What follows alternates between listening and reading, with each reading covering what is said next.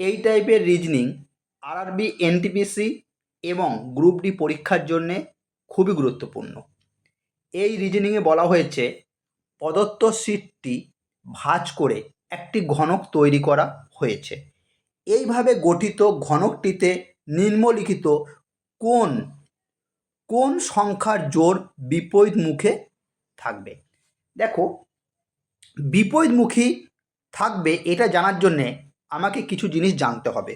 যেরকম দেখো, এখানে একের বিপরীত 4, মনে থাকবে এক ঘর বাদ দিয়ে।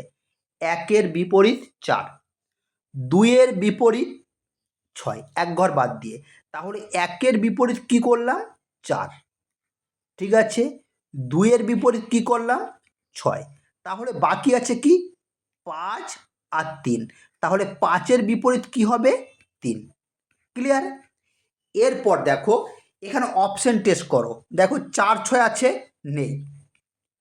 1 5 আছে, নেই, এখানে নেই, ঠিক আছে।